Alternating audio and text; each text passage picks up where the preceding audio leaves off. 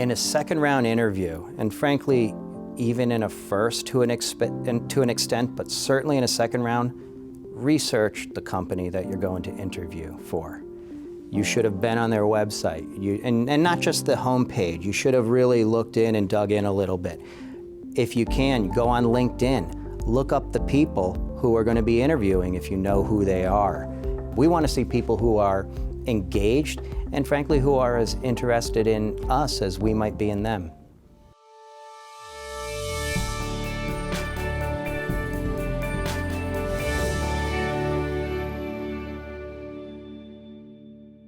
Well, you're going to be expected to know a little bit more about the company at that point. Look a little bit deeper into what kinds of work they're doing in different parts of the United States or the world or the state or wherever it is. And I would also do a lot of just research in the news. What are those hot issues? Because if you happen to recall some of those and bring some of those up voluntarily, you're definitely going to look like somebody who is interested in the position. In a second interview, I think the company looks really for how well this candidate fits our culture.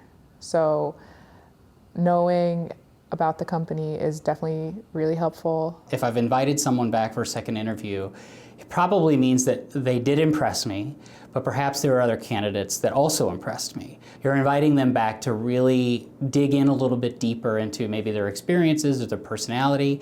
Maybe it's an issue of how they'll mesh with the team. With the second round interview, it's really important to make sure that you are prepared to give a lot of solid examples.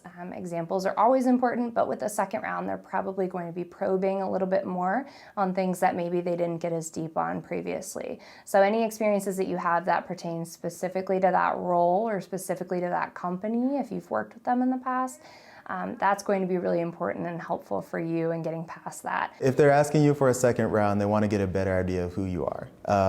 So try to think outside the box. If they're asking you the same question, try to answer it in a way that may seem fresh. It's important that if you get to the second round, you really start to hit it home with, this is who I am, this is how I work, and this is why I think I'd be able to contribute to your organization.